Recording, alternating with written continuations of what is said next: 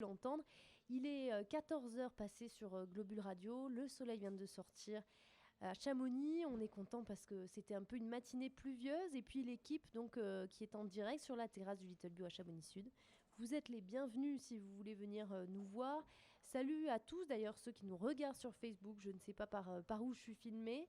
Et puis comme vous pouvez le voir en direct sur Facebook, notre première invitée vient de s'asseoir à table avec nous à l'instant.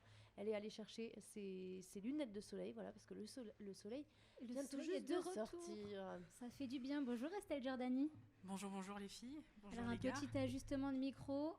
Voilà, tout est bon. Okay. Alors Estelle Giordani qu'on a eu le plaisir d'entendre en direct du Little Bio là pendant 1 heure.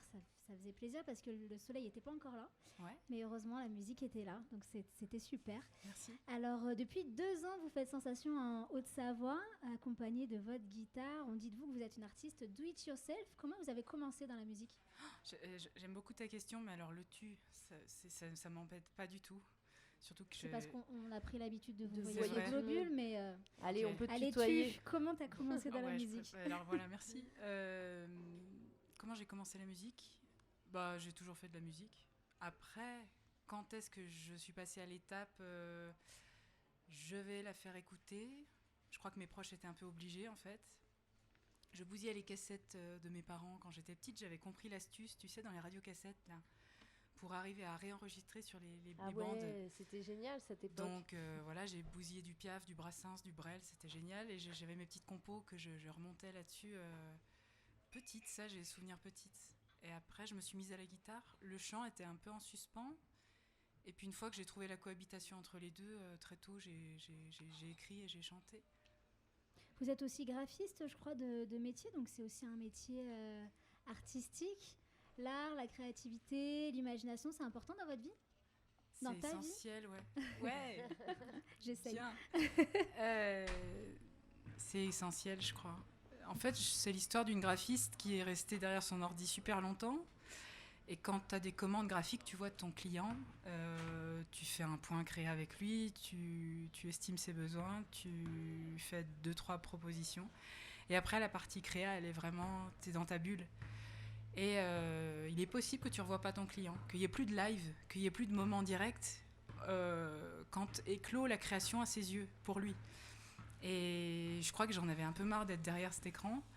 Et surtout en one-to-one, ça s'appelle maintenant le télétravail, mais pour moi, c'était toute ma vie un peu, tu vois.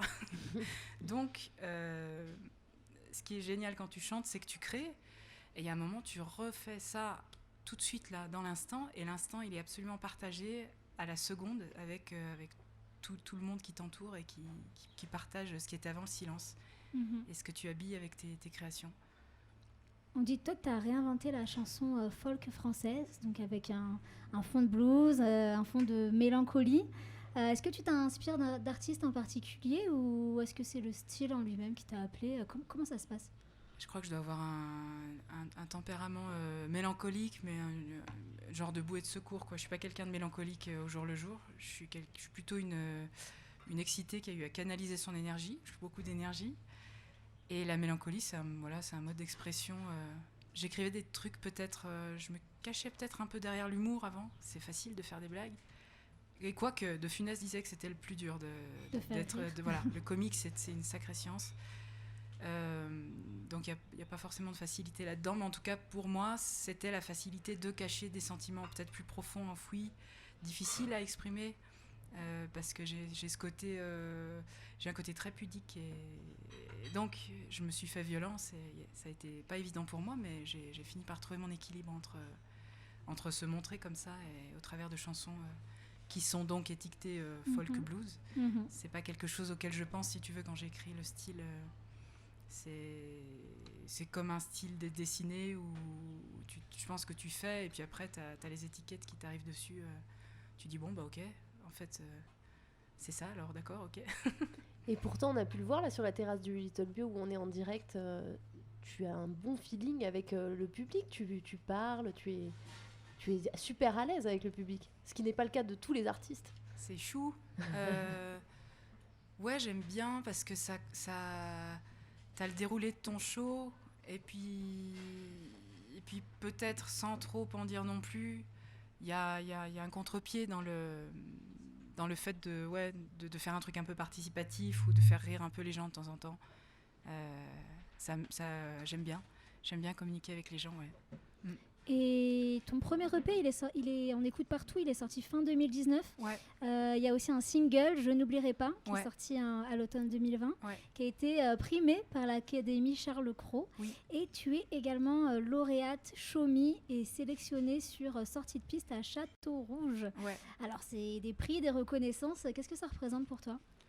Ça fait une passerelle vers le monde pro, c'est-à-dire que tout d'un coup, on va avoir des retours et on arrive dans l'univers professionnel. Donc, on a des retours professionnels. Donc, après, on a une démarche professionnelle aussi, de fait, puisque c'est important dans la création de se détacher de ce que tu fais affectivement. C'est-à-dire que c'est comme quand tu vas amener ton enfant à l'école, plus tard, on te dira bah là, oui, mais madame, il dessine sur les murs toute la journée.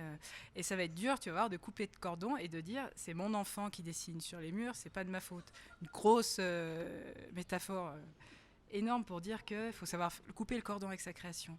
Et je pense que tant que tu n'as pas une vision professionnelle par rapport à ce que tu fais, ta création reste toujours ton bébé. Et quand on parle de quelque chose, bah tu vas être dans l'affect, quoi. Alors que le milieu professionnel va te dire y a ça et ça à redresser. C'est des choses assez cartésiennes, terre à terre. Il y a des manières de faire, il y a des réseaux, il y a ce genre de trucs. Et je suis là-dedans en ce moment et c'est hyper enrichissant.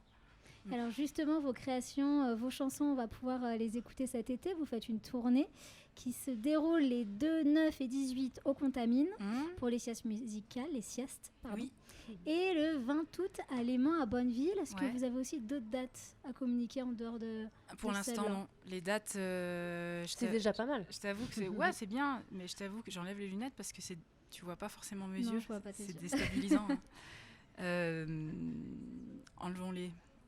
Donc, les siestes musicales, c'était un truc qui me plaisait bien parce que les gens viennent dans un état d'esprit hyper cool.